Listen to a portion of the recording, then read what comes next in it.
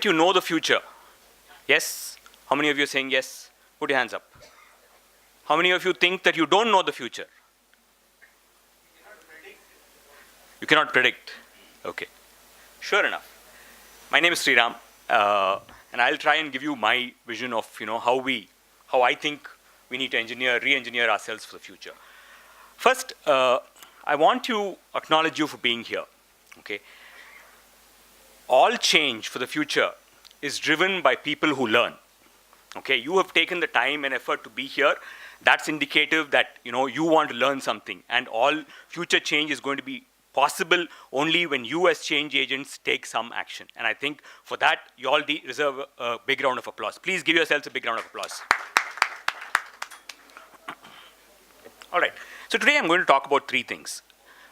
First, future skills should focus on success skills rather than just domain and technical. Second, shift focus from imparting knowledge to application. Third, help individuals discover what they are good at and help them pursue that. Okay, so these are three things I broadly want to cover in the 5 minutes that I have. Okay, so I'm going to take a couple of minutes to run you through my story and then probably build on that. Okay, is that okay? Thank you. So I've been in the industry for about 20 years. I did my applied sciences, BSc Applied Sciences in PhD Technology. Then I went on to do my MBA in Finance. My first job was in Mercedes-Benz in sales. From there, I moved to Infosys in recruitment. From there, I moved to employee relations. From there, I moved to development center HR, to business partnering, to HR consulting. And then finally, I became HR head about 10 years ago. And then I've been in TSHO and other places. So, what is the role of skill in my success? Just think about this for a second. Because, many of you are from the educational background, right? You're teaching somebody to use something for their life. Okay. If I were to look back at the things that I've done, okay, what really helped me succeed? What do you think? What helped me succeed? Any answers? Anything? Curiosity, readiness to learn. Excellent. Any other points? Adaptability, flexibility. Risk-taking and moving out of comfort zone. Risk-taking, moving out of comfort zone. Now look at the pattern of answers. How many of them are in the realm of domain and technology? None. Okay? But that doesn't mean that it's unimportant. You need some core skills. You need core skills. So if you're going to do different things, now different things require different skills. And that is only possible when you have the skill of learning. That's the second thing. Okay? Third is your attitude. Okay? That you need to have a positive attitude. Without the attitude, success is not possible. And the last thing is, of course, is your confidence and self-belief. So for me, it was a combination of these things that helped me succeed. Okay? Certainly there was an element of knowledge and skill, but more importantly, there were these other things which played a big part in my success, at least. So now the question is this. Now how, as a society, as an educational model, we are building all the things that are required for success.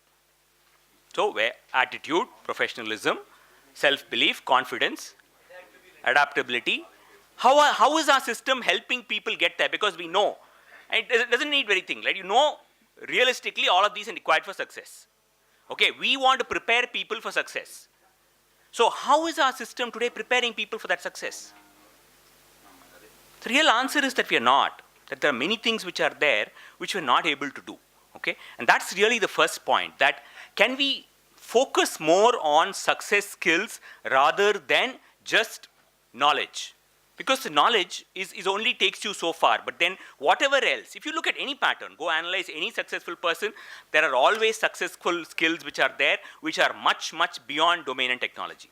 And the entire focus of what we are doing is around domain and technology.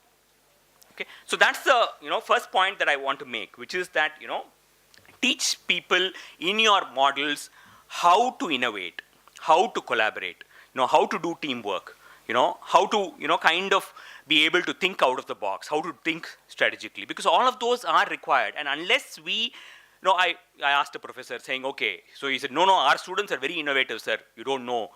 I said, okay, so how have you systemically taught innovation to your people? There is no answer. Because we're not teaching. It is a byproduct. If it happens, it is the individual's ability to innovate. Okay, then we claim credit saying, oh, the person is very innovative. But the point is, unless we build those into our education models where we teach people innovation, we teach people teamwork, we teach people professionalism, we have it in our grading mechanisms along with what else they need to learn. Only then you are really focusing on building their success skills. Otherwise, you're going to build some skills which may become obsolete very, very quickly. Okay, but the other things are going to be relevant throughout their careers. That's the first point. Okay. The second thing is that we need to make education application oriented. Our focus is too much on theory. This is like this. Okay. Imagine that you're taking a class for an electrician. You're preparing him, you're teaching him these are circuits, this is what you have to do with wires, all of that. And then this electrician is going to come to your house and fix your wires. Okay, is he going to be able to do a good job? Yes, he'll do. He just studied, the theory of it. Now he's going to come and do the job in your house. Can he do it? No. Why? Safety precautions, because he was not trained well enough on doing the job. Many times when people come to work for us, this is the gap that we see. They know the subject, but they have not been trained in actually doing it. And the problem is, you can say, that is your job, you train them to do it. The point is that the person may not be good at doing it. If the electrician does not know how to tie the wires, if his hands are shaking, he's never going to be a good electrician, but you never tested that. You only tested whether you know how the circuit works. And he knows how the circuit works.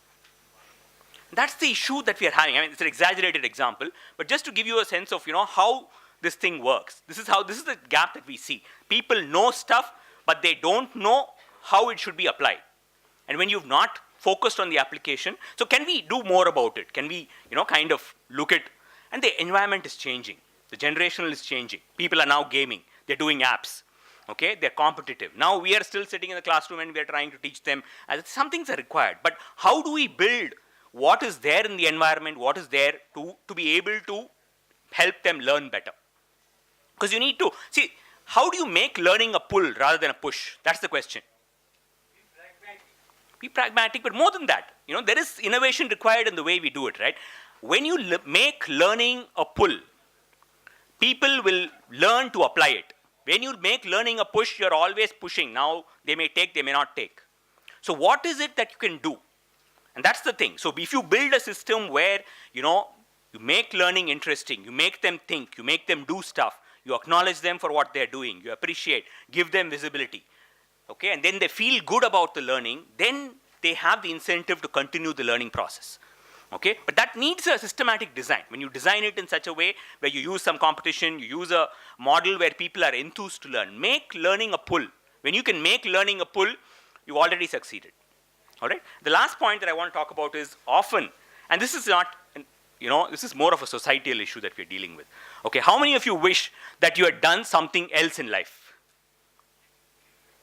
Okay, I wish I'd done something else in life. Okay, but the model is most times, what happens is when people come to us, it's like this, you take a diamond and you can only shine a diamond. You cannot create a diamond. If a diamond is hidden somewhere below the earth, you cannot see it. Now, if the person is in the wrong place, it's like the hidden diamond. Okay, only when a person is aligned to doing what they are good at, do they really become successful. Now, most times, and if they come without that background, you're not able to make them successful. You can train them forever. They are not aligned. Their systems are not aligned to make things. And this is where the entire system of how we've done things. You're good at maths, okay, do science. No, but I want to do something else. I want to do painting. No, you have to do engineering only. Okay. No, it's more about the society and how we've kind of, aligned people to do things which we believe are stable, which we believe are commercially viable, but need not necessarily be aligned to what the person is good at. Now, this person is always going to have trouble making it a success because you're not aligning them. And that's the thing that I think somewhere, and this has to start much earlier with parents, with our society, to see what is it that you're good at. Think about one or two things that you're really good at. So are you doing, is your job capitalizing on what you're really good at? When you do that, you're passionate about what you do. When you don't do that, you're not passionate about what you do. Simple equation. But when you've not identified what people are good at, and we deliver education as a system and a process, the individual gets lost. What he's good at is immaterial. And when it's immaterial, he's never going to be a success if he's in the wrong place. Till he somehow discovers that he's in the wrong place, gets beaten up, then he goes and then tries something on his own. But today, I think we have the opportunity.